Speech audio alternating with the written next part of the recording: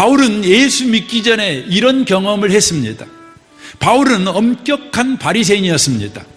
그래서 바울 자신이 얼마든지 자신이 맘만 먹으면 율법 정도는 지킬 수 있다는 자신감이 충만했던 20대의 청년이었습니다. 그러나 바울은 막상 율법을 지키려고 율법 앞에 설 때 자기 자신이 율법 앞에 너무나 무기력한 존재라는 걸 알게 되었습니다.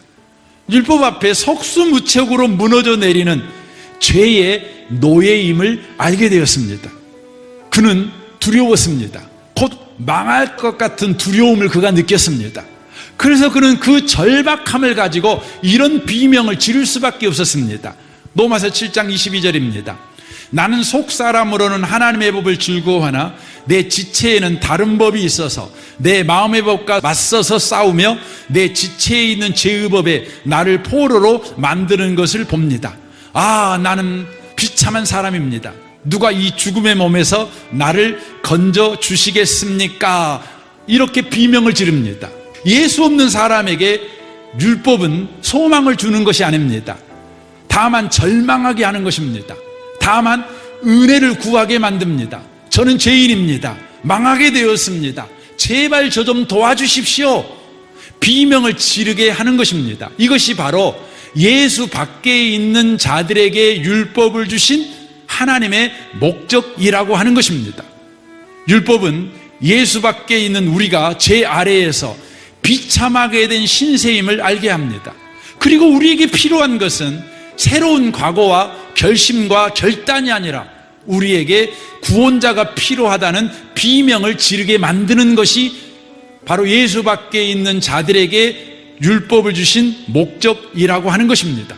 은혜를 구할 수밖에 없는 현실을 확인함으로써 우리를 은혜 쪽으로 가게 만드는 목적이 율법을 주신 목적이라고 하는 것입니다.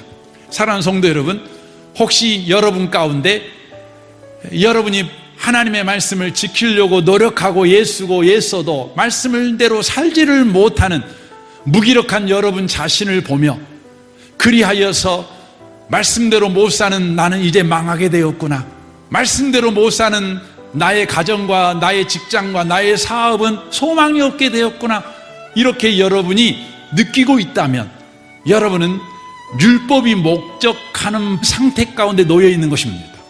여러분이 해야 되는 것은 새로운 각오와 새로운 결단을 해야 되는 것이 아닙니다. 어떻게 해야 되는 겁니까? 예수께 나아가는 것입니다. 여러분이 다시 한번 여러분의 마음을 추스려서 다시 한번 해보자, 다시 한번 도전해보자, 이렇게 여러분이 여러분을 책망하고 여러분을 다그치는 일이 여러분에게 필요한 것이 아니라 두 손 바짝 들고 천부의 의지 없어서 손 들고 갑니다. 주님마저 나를 애면하신다면 내가 어디로 가겠습니까? 손 들고 주 앞에 항복하시길 바랍니다. 주의 은혜를 구하시는 분들이 되시길 바랍니다.